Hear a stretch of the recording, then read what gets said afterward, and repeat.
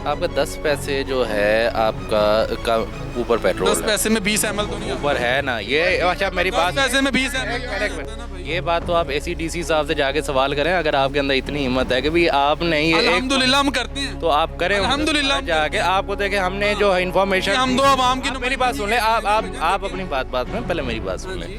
आप ACDC साहब के पास जाएं, ये सवाल उनसे करें जी आपने जो पंपों वालों को ये कहा हुआ है कि ये इस लाइन से ऊपर हो जाए, तो ये तो इस तरह जो कारोबारी हजरात हैं या जो पंप आप हजरात नुकसान में कर रहे हैं ना।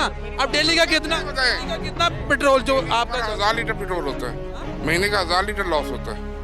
आपको लॉस होता है 1000 लीटर। तो आप फिर भी कारोबार कर रहे हैं।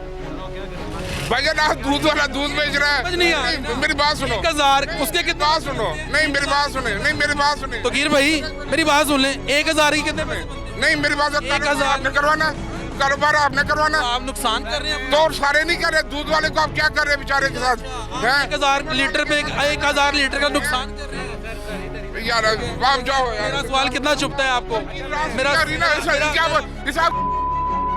जितनी मुझे नजर आ गई हकीकत जो है ना हकीकत जो है ना आईना दिखाते हैं फिर बुरा मान जाए। आप